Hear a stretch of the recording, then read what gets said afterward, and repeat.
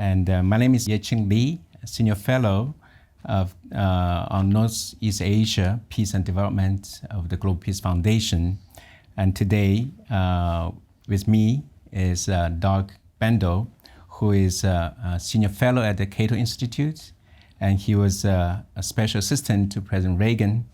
And he has very extensive writings on denuclearization of DPRK as well as human rights.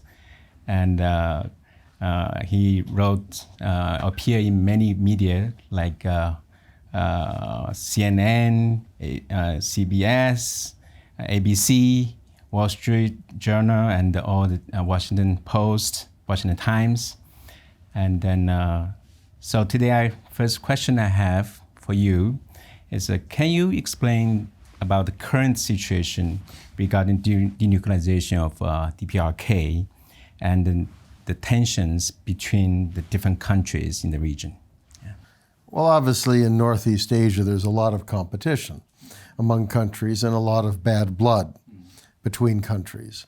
So North Korea, in a sense, is a problem for everybody, but it's added to a region that has other problems as well. You know, one sees, for example, the issue of Russia and China, two major powers, two countries that have their own tensions with the United States. You have Japan, which has a rather difficult relationship both with the Republic of Korea and China. Russia has its own tensions with Japan, issues going back to the end of World War II. So all of these countries are very concerned about security and stability in the region. So North Korea, in a sense, poses a problem for all of them.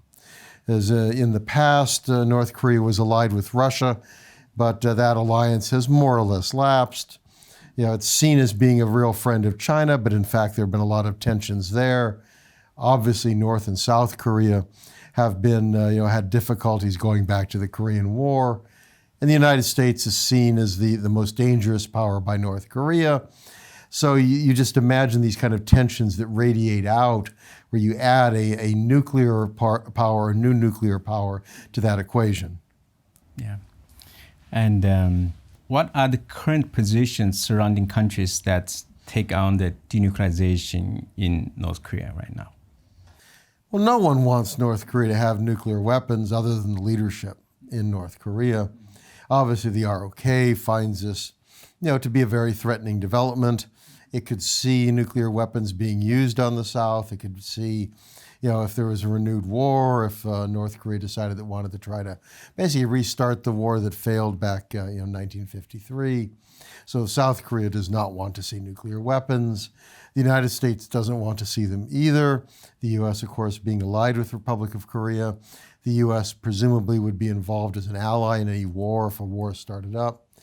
Japan is equally concerned. Japan has a very bad relationship with North Korea. The North Koreans have threatened, Japan, have talked about Japan, so Japan could see itself also as being a potential target. Russia and China both have significant nuclear deterrence. They don't expect North Korea to use nuclear weapons against them. Nevertheless, both of them would like to see stability in Northeast Asia. Neither of them want to see a war on the peninsula. They don't want the U.S. attacking North Korea, trying to get rid of nuclear weapons. They don't want North Korea starting a war with them. So they're also very concerned. So really everybody in the region, sometimes for different reasons, but everyone in the region would like to see denuclearization. Yeah. And then what are your thoughts on comprehensive approach addressing economic development and human rights issues and together with denuclearization? Well, North Korea clearly has an impact on almost every issue. Human rights is a very serious issue for North Korea. The question of economic development is something which Kim Jong-un and the leadership want. It's one of the changes, frankly, of this Kim from his father and grandfather. He's putting a lot of emphasis on it. It seems clear that his people want that. And then, of course, you have the security issues. All of them should be addressed. I think it makes sense to address them separately. That is, you're much more likely to get a change in human rights if you're able to deal with the security issue. If North Korea feels more secure, there's more likely to have some chance, at least, of political reform at home. Economic development is a potential reward for North Korea. For denuclearization, it needs to see prospects of that. So if it's committed to a growth progress or a growth program, if countries in the region are willing to support that, that would be helpful. All of these issues can move forward. They're related, but you don't want to make any one dependent on the other. What you want to be is in a position where you can make progress on one issue even if North Korea is not moving forward on another issue. I think human rights may be the toughest issue to move forward, but a North Korea which feels its security is being protected and which sees economic growth is much more likely to liberalize in important ways and improve human rights for its people. So all of these can move forward, and frankly, some countries may involve more in one or another. Japan, for example, could give more foreign aid, perhaps the ROK dealing with human rights. One could see one country or another taking the lead in different issues. Can you summarize the history of the denuclearization efforts up to now? Well, North Korea began its nuclear program, at least in terms of nuclear power, many decades ago. The nuclear issue as a weapons issue, as a kind of a threatening issue, really goes back to the early 90s, to the very end of the Bush administration. It became evident in the Clinton administration that North Korea was moving ahead on weapons research. So that really started the process of the U.S. in particular, but also the ROK trying to put pressure on North Korea. The Clinton administration actually considered using military action. The Republic of Korea said that was not acceptable. It obviously would put South Korea at great risk. But out of that came negotiations with the North and what was called the Agreed Framework, where basically the U.S., Japan, and South Korea would provide a nuclear reactor as long as North Korea then closed its reactor that was more susceptible to proliferation concerns, would allow inspectors in and would be monitored. That system broke down under the Bush administration, and one can argue both sides were at fault there. The U.S., especially with the U.S. Congress, had not provided all the benefits that had been promised. The North Koreans created the uranium enrichment program separate from plutonium, which caused the Bush administration to basically put, in their rhetoric, North Korea on their axis of evil list. Relationship really went down from there. The Bush administration tried to, eventually have some negotiations with the North. Six-party talks developed where you had, the ROK and the U.S. plus Japan, Russia, and China involved. North Korea made promises and then broke those promises. The Obama administration, I think, in many ways just decided it wasn't worth trying to deal with North Korea. They had one agreement that basically was tossed out just a couple months later when North Korea fired off a rocket. The administration, the Obama administration, claimed that that violated the accord. The North Koreans said, oh no, we're entitled to do this. And that was pretty much the end of negotiations there. So North Korea moved ahead with missile tests and testing of nuclear weapons. Now we've come to the Trump administration. It's tried a radically different approach. I think it deserves credit for doing so, where we've had summits. But of course, I think the old aphorism that was applied at one point by the U.S. to the Soviet Union was trust but verify. Nobody dealing with North Korea should have any illusions about the difficulty there, and one cannot rely on the promises of North Korea. It's going to require enforcement and monitoring if anything positive is going to happen. Mm-hmm. Yeah, it looks like right now United States is very much narrowly focused on denuclearization. Actually, recently I visited the State Department, and then the Korean desk, they're only talking about denuclearization. They don't pay attention to any other things. So how do you see the likelihoods with this kind of narrow focus can achieve denuclearization? Do you see that? Well, the problem is not so much a narrow focus. The problem is, unless you address North Korea's concerns, you're not going to get denuclearization. I think what we have to recognize here is that North Korea gets a number of benefits from nuclear weapons. It gets prestige. Frankly, nobody would pay any attention to an impoverished, starving regime of 24, 25 million people. With nuclear weapons, they get on the front page of every newspaper in the world. If they do a nuclear test and whatnot, if they make threats, what they see is extraordinary concern in the ROK, in Japan, in China, in the United States. It also has a political impact within North Korea. It's basically a method of the political leadership ensuring loyalty to the military. This is a big toy. This is a huge benefit for the military. It's a reason for them to support the leadership. And frankly, it's security. North Korea, from its perspective, is stuck in a very bad neighborhood. The North is very nervous about the United States, but it also doesn't get along terribly well with China. Russia is another major power. You look back historically, the comment was, Korea, meaning the peninsula then, was a shrimp among whales. Certainly North Korea sees that. So all of these are in play when it comes to North Korea building nuclear weapons.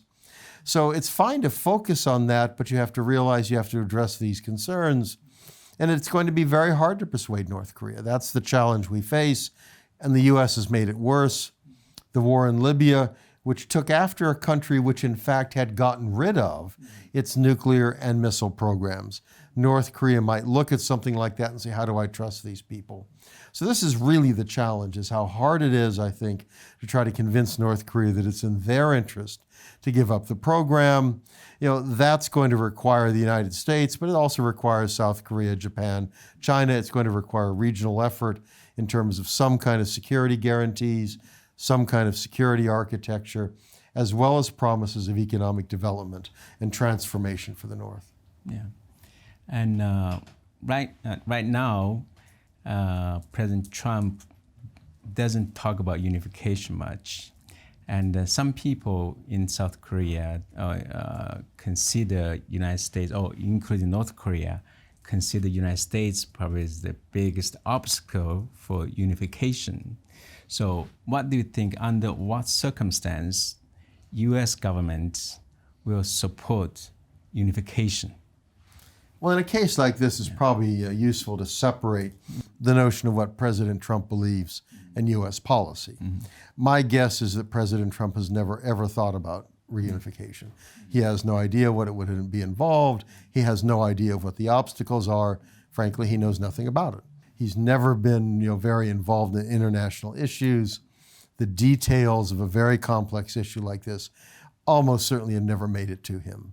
He's not one who likes to be briefed. It's just very unlikely that he would have considered it. So then the question is really those around him who will make U.S. policy. My sense from everyone I deal with in Washington is the U.S. views this as being an issue for the Korean people, that the U.S. does not stand in the way. The concern of most U.S. administrations would be if whether the Republic of Korea is being unrealistic in its expectations, whether it might be a little too enthusiastic and therefore be inclined to make deals with North Korea that might not be in the ROK's interest. But I think the U.S. would go along with any decision that South Korea made. I mean, the challenge simply is, how do you put together such different systems? Is the government of North Korea likely to be persuaded, to make this kind of decision? I think that's probably the more important issue. And it would be very interesting to know privately what China thinks. My guess is that in Beijing, there's a lot of concern over a unified Korea that would be allied with America. That would suggest that probably the ROK wants to think about, long-term how it would present itself, what kind of security guarantees it might want to give China if reunification became a prospect. So it's really not just the U.S., but Americans I talk to are generally very favorable that it really is up to the Korean people. I certainly hope that it comes, but I think it's something that has to be natural in both parts of the Korean. I think it's up to the timing. How it works is all up to the Korean people, not to Americans, not to Chinese, not to others. Yeah, President Trump, he talked about, hey, North Korea, you get rid of your nuclear weapon, you get very rich. And how do you see that? How can North Korea trust this kind of offer and then actually get rid of nuclear weapon? And then how the economic kind of situation can be realized? Well, the challenge here is that I think the goal of Kim Jong-un is both to get rich and to have nuclear weapons. There's no reason from his standpoint that he shouldn't be able to keep some nuclear weapons and also get rich. And that's clearly what he's trying to do in terms of make some concessions, to get sanctions lifted or at least reduced while keeping some nuclear weapons. It's a nice pitch from the president. The challenge is twofold, I think. One is, money is not everything to people. The point is they do worry about other things in terms of security, in terms of kind of the status of their nation. All of these other issues actually have value. So it's not just enough to say, hey, you make some money. You have to realize that these other things are things that certainly the leadership of North Korea wants. And then particularly, it's regime preservation. If you're Kim Jong-un, the one thing that stands out most for you is remaining in power. So for Trump to kind of suggest, don't worry, you all make money, well, the question is, how much does that help Kim? Kim lives luxuriously now. He has everything that he wants. He has no problems. Most of the apparatchiks, the elite around him, do pretty well as also. So it's not just enough to promise them money. What they have to feel is they're going to have security. So to live in the future, they have to be convinced that making these changes keeps them in power, keeps them secure, as well as delivers greater economic growth. And that's always been the problem. Kim's father and grandfather never believed that. They thought economic growth and reform would be basically too destabilizing. Kim Jong-un seems to be much more open to change, but still, he's no fool. He wants to stay in power. And recently, President Moon Jae-in, he talked about the peace economy with North Korea. Looks like as a kind of a counter thing towards Japan. How do you see this may affect the U.S. alliance with both South Korea and Japan, and what the United States can do about it? Well, I think the question of the long-term transformation of the peninsula inevitably will have an impact on thinking about the alliance. The reality is the U.S. troops were put into Korea primarily to defend the South from the North. If there was reunification, it'd be much harder to make a case to Americans why they should keep troops in Korea, especially because the main thing I think the Pentagon looks to is containment of China. But I'm very skeptical that the government of a reunited Korea would want to be primarily focused on containing China. China is an important economic partner. China is going to have a very long memory. The notion and the problem from Korea's standpoint is that most people don't believe China is going to invade Korea. If there's a war between China and the U.S., it'll be over something else, which means the ROK would risk being dragged into a conflict over Taiwan or something else, with the U.S., which would not be in Korea's interest. So I think if we see reunification, if we see a peace economy, if you see a very serious transformation politically of the Korean Peninsula, the issue of the alliance is going to have to come up. It's going to have to be discussed. What kind of security architecture for Northeast Asia will then make sense? I would like to see a better relationship between Japan and the ROK. Two democracies, two countries that are prosperous, two countries that have an interest in trying to ensure that China does not exceed kind of what would be appropriate in terms of its foreign policy. So that's something for the future that I hope these two countries can work through. And the U.S. relationship is going to have to evolve. I don't think we should assume it's going to be the same. And there will be pressure in the United States for change as well as in the ROK.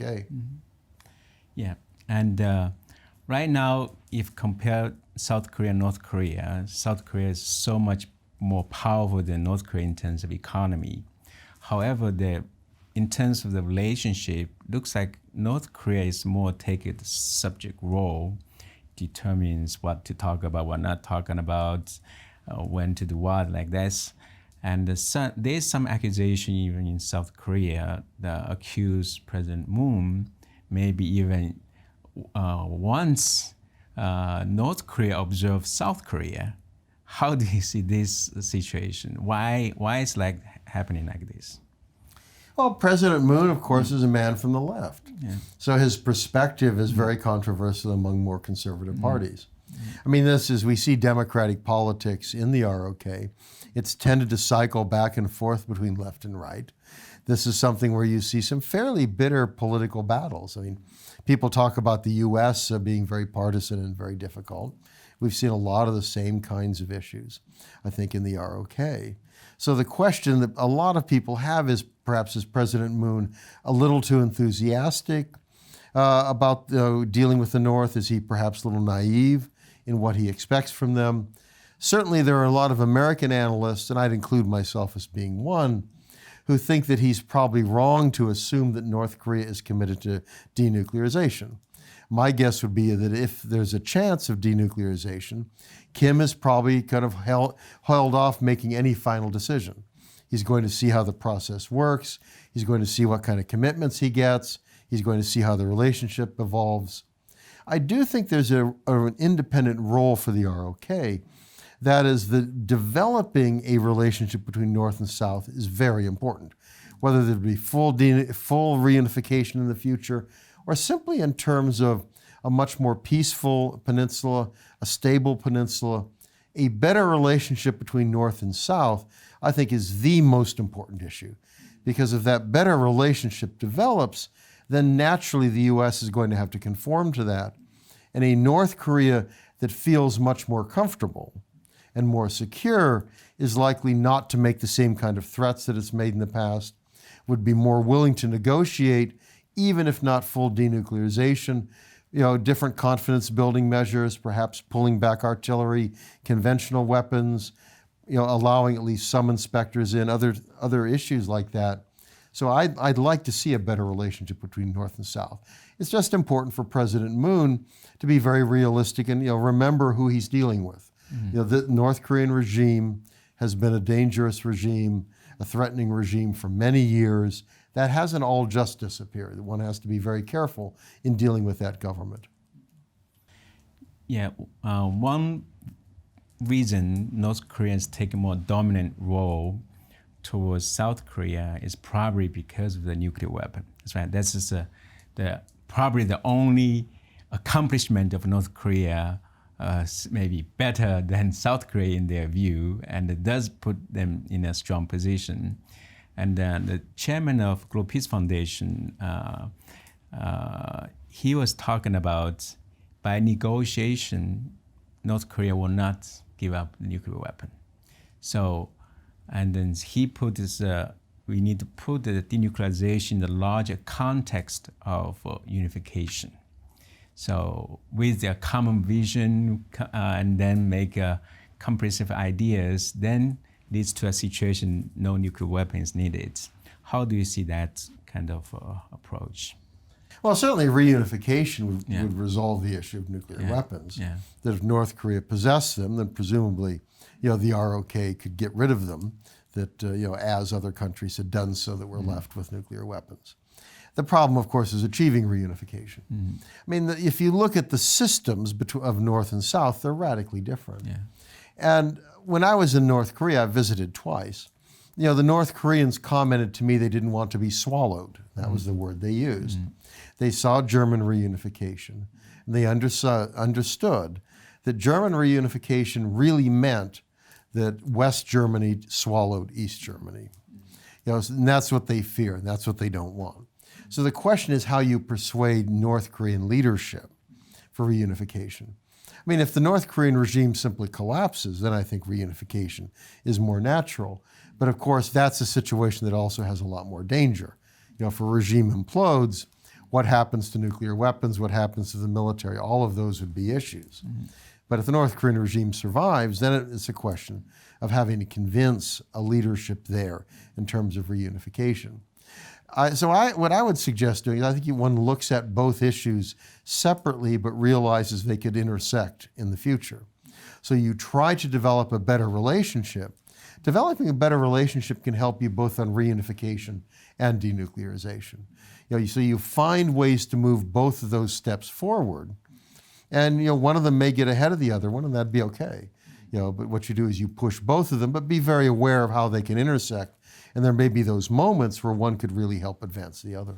Yeah, Global Peace Foundation promote third way, which is not South observe North, neither North observe South. It's just like a new nation building, as Dr. Moon this morning talked about. It's kind of a realized the dream declared at the independence movement in March 1st, 1919. And so with a common kind of vision, with the Hongik idea as a national kind of motto, and in line with the freedom, democracy, rule of law, the Western universal values. So it's kind of domestic, international, ancient, and modern kind of combination, make a new nation building process. How do you see this kind of approach? Well, it certainly would be kind of the rebirth of a nation. Yeah. It certainly would be an opportunity to, in certain ways, start afresh, as in fact I think he talked about. Yeah. I would look at the German reunification as an example in which clearly a reunited Germany offered something very new. It gave a country that could become much more a leader of the European Union. I mean, a lot of benefits came out of that. But I think there's a reality of politics, which is the bigger country, the more advanced country, the wealthier country, in many ways will set the terms. So I think, and that's the question of the Koreas. The Republic of Korea has the advantage of having been extraordinarily successful economically, having developed a democratic political system, having a lot of leaders within that system. So it'd be hard to imagine that a reunification with the ROK would be kind of equal in terms of the ROK and DPRK. So the question, I think, then is, what can you pull from the DPRK? What can you kind of use to kind of strengthen that new combination? What can you pull so North Koreans recognize they're part of that process, that they have a shared decision-making role? Those are things that I think can happen. I think what's critical is to recognize going in what the challenges will be. And I think German reunification would help the ROK and the DPRK see that in terms of expense, how people, what happened to their communities. All of these are issues which you want to be thinking about as you go into a process of reunification. Because there are going to be costs. So how can you reduce those? How can you minimize those? How do you, particularly how do you bring North Koreans in and they share and they feel it's their process as well? It's going to be very complex, and I wish the Korean people well as they attempt to do that.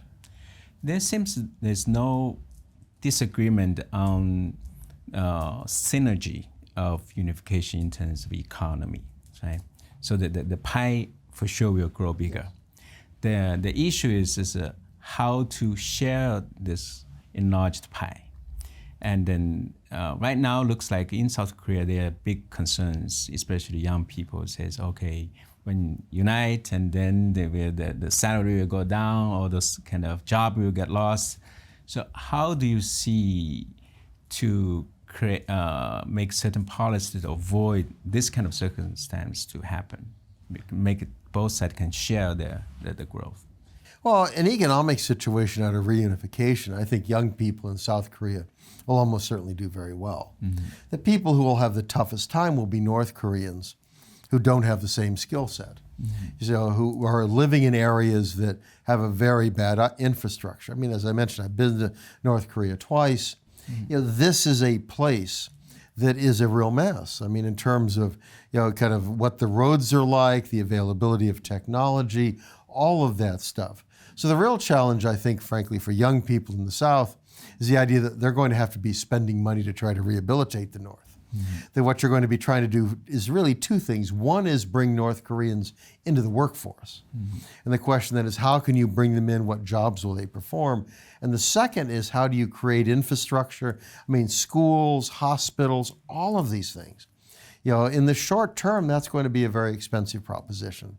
Over the long term, it'll pay off because the North Koreans will be equally productive, I think, as South Koreans. But that transition could be very messy. I think the jobs will be there for young people today. They don't have to worry about that, but it is going to be an expensive process. And you certainly want to level with your people and try to figure out ways, how can you move this process most cost effectively, so people don't feel they have an unfair burden. In terms of this situation that's cost for South Korea, there's something we can think about actually the Hong Kong and mainland China.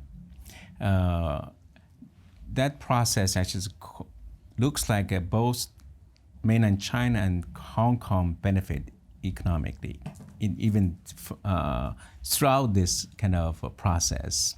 So do you see a possibility for the unification of North and South Korea actually don't require a major sacrifice from South Korea? Can it be can beneficial both sides from the beginning? I think it's going to be more challenging than that. Yeah. You know, and I hate to be the bearer of bad news. I mean, what I would say is you've got to look again much more at German reunification. The advantage for Hong Kong was that, you know, even though it was kind of, you know, absorbed back, it wasn't a true reunification. And also Hong Kong was so small that what you have is the wealthy portion is very small, you know, as opposed in the mainland, the poor portion is much larger.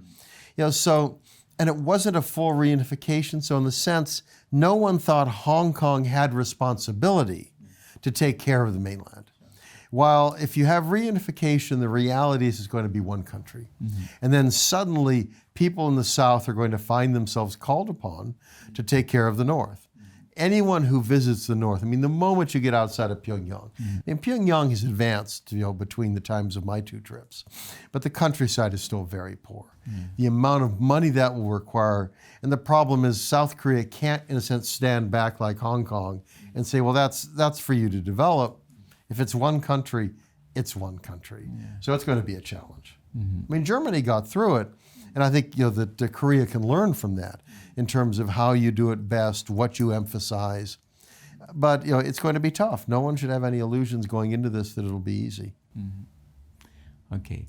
In terms of human rights issue, in your view, what's the primary human rights abuse violation issue in North Korea, and how things can be improved? Well, I hesitate to just cite one. I mean, in a sense, there are no human rights in North Korea. I mean, that's the real challenge. You know, North Korea typically comes out as the #1 persecutor in terms of religious liberty. That there's very little religious liberty there. You know, people who are in home churches are arrested, some are killed. I mean, people are sent to camps. You know, missionaries, you know, don't exist. You know, the real effort to go after anyone in China, you know, people have gone across either as refugees or just to go across for business. If they came in contact with religious people, they're punished very heavily. So religious liberty obviously is one. You know, there's no political freedom. You know, there's no right for an opposition party. No one can really vote against Kim Jong-un or the Korean Workers' Party. I mean, again, that's huge. There are no civil liberties. I mean, there's no freedom of speech, assembly, any of these things that we take for granted. You know, this is a country that's a thoroughgoing dictatorship. You know, human rights really don't exist in any serious fashion. Okay, so what's your suggestion on how actually the free world can help the situation to change? Well, we have to recognize our limits. I mean, I think we should have, again, no illusions. Now, you look around the world, there are a lot of countries with awful, you know, human rights, and the rest of the world isn't really sure what to do. One of the steps I think that we should do, however, is we should encourage more people to visit and go to North Korea. I mean, every person who visits North Korea is telling North Koreans that their government has lied. Because for years, the government, you know, basically said, these are enemies, these people are threats. And suddenly, if North Koreans are meeting people who they see are trying to help them, NGOs, for example, that do humanitarian work, they found that North Koreans are very suspicious when they first meet them. But when they suddenly find that, you know, outsiders are helping them, helping heal them, helping take care of them, they want to see them the next time. You know, they understand that. I think promoting any kind of information flow into North Korea, I think this is where the ROK is particularly good. Frankly, having North Koreans watch South Korean soap operas, you know, TV shows, movies, is extraordinarily important. Everything we've heard from defectors is that helps them see, you know, what the world is like. They understand, again, they've been lied to, you know, by their own officials. I also think it's one reason there should be diplomatic relations. I've urged that the U.S. should open diplomatic relations, whether just a liaison office or something else, but indicate that part of that will be a dialogue on human rights. That is, the U.S. expects that if the two nations have official relations and have diplomats, they will talk on the full range of issues, and that will include human rights. That's another way to try to at least pry it open just a little bit, get the North thinking of that. So I think it's got to be kind of across the board. You've got to try a lot of different strategies to do that. And again, get the security issue done. If North Korea feels more secure, there'll be a much better chance of getting a dialogue on human rights. If North Korea feels isolated, endangered, and threatened, human rights will not be on the table. If it decides that it's seeing economic growth, it feels secure, then I think there's a real chance to push human rights.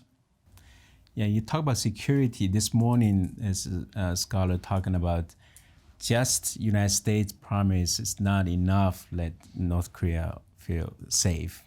So that's why they talk about need to get China and Russia to involve. And how do you see the restart of six-party talk? How do you see that, whether it's a valuable thing to do or not?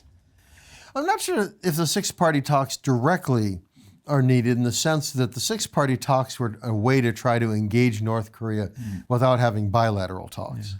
The fact that Kim and Trump have met each other, in a sense, has satisfied what the six-party talks were after.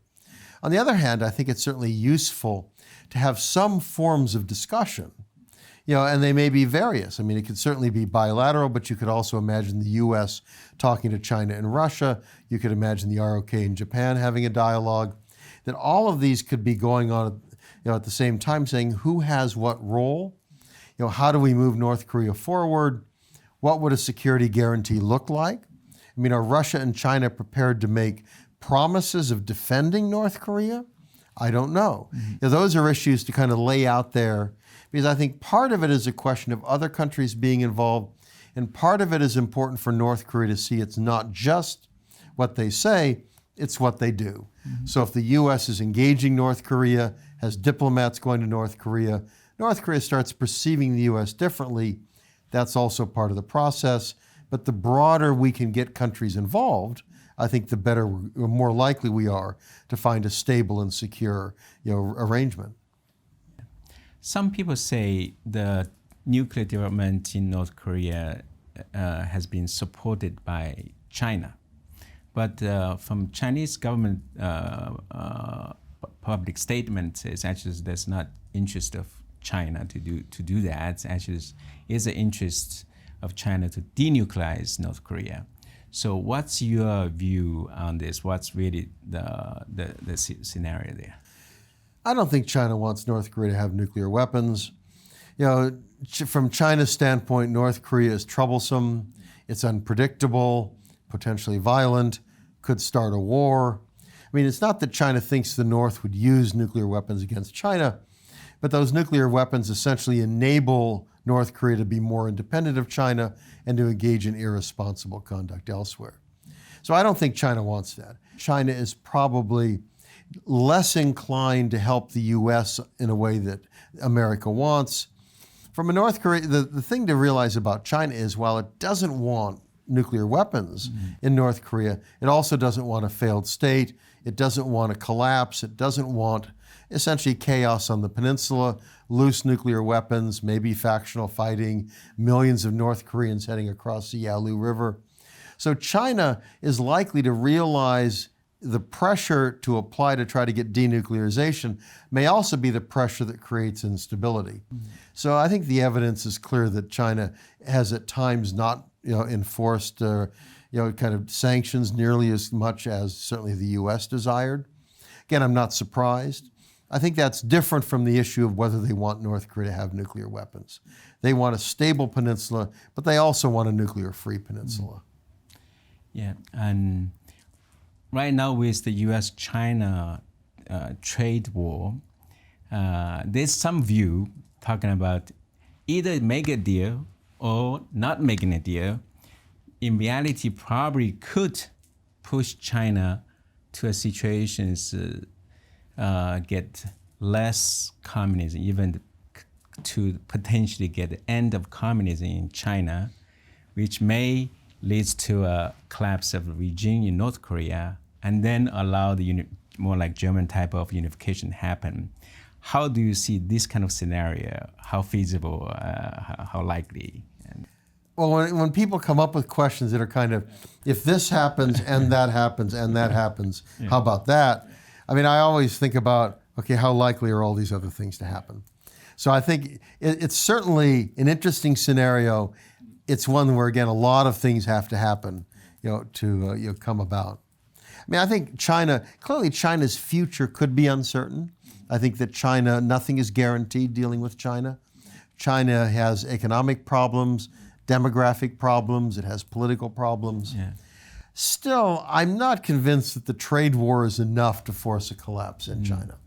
That there are internal issues, especially kind of separatism and the divisions of wealth between, say, coastal provinces and interior, that I think are very serious challenges for the PRC. But still, the notion that kind of some loss of economic growth and loss of access to American markets would destroy the regime, I think is very unlikely. I mean, I certainly hope China moves away from communism. I think a lot of young people want to see changes. I think there are a lot of people very disturbed about the current direction of the existing government. But boy, to say, is this going to end up the end of China? You're really going out on a limb. Now, if China collapsed, it'd be interesting if the communist government disappeared and something else took over. It's not clear what would happen with North Korea. I think they would try to survive. I think North Korea would simply impose greater hardship on its people and try to survive. And if communism disappeared from China, does it mean a democratic government or does it mean something else? You could imagine a nationalistic government, one more nationalistic than the current government, but maybe semi-democratic. But they might decide that North Korea is useful as kind of a counterweight to America. One of the problems with China is we just can't assume that democracy is going to happen and then that's beneficial for us. We may have a challenging environment even then. So I hesitate, trying to predict the future of China. Long term, I hope the Chinese people are free. That's certainly my long-term objective. But I don't think we can plan on it the next few years. So I think the issue of North Korea is one the U.S., ROK, Japan, and other countries are going to have to deal with. Whatever you hope happens to China, in the short term, we've still got North Korea. So do you have any other view or ideas want to share with viewer? Well, I think people in Korea are living at a very interesting time that give President Trump credit that his willingness to meet with Kim Jong-un and Kim Jong-un's own willingness to kind of move differently than his father have opened up possibilities that simply didn't exist before. There's a chance here to peacefully resolve what has been a 70-year essentially conflict, with a Cold War that was sometimes interrupted by different North Korean attacks and provocations. I think that's quite exciting. South Koreans are also living in an extraordinary time where we see the transformation of China, where we see other countries in the region, growing economically. I mean, a Vietnam, even a Philippines. These are countries, Indonesia, which are starting to move past some of their problems. This is really an incredible time, and Asia, I think, is going to be the dominant region. It's going to be the driver of economic progress. The ROK is a huge part of that. Challenges are going to be very serious, especially if you look ahead. Reunification, denuclearization, relations with China, all of these are going to be challenges, but I believe the Korean people are going to be up to it, and they have a very important role to play in the future in the development of Asia. Okay, thank you very much. You're welcome.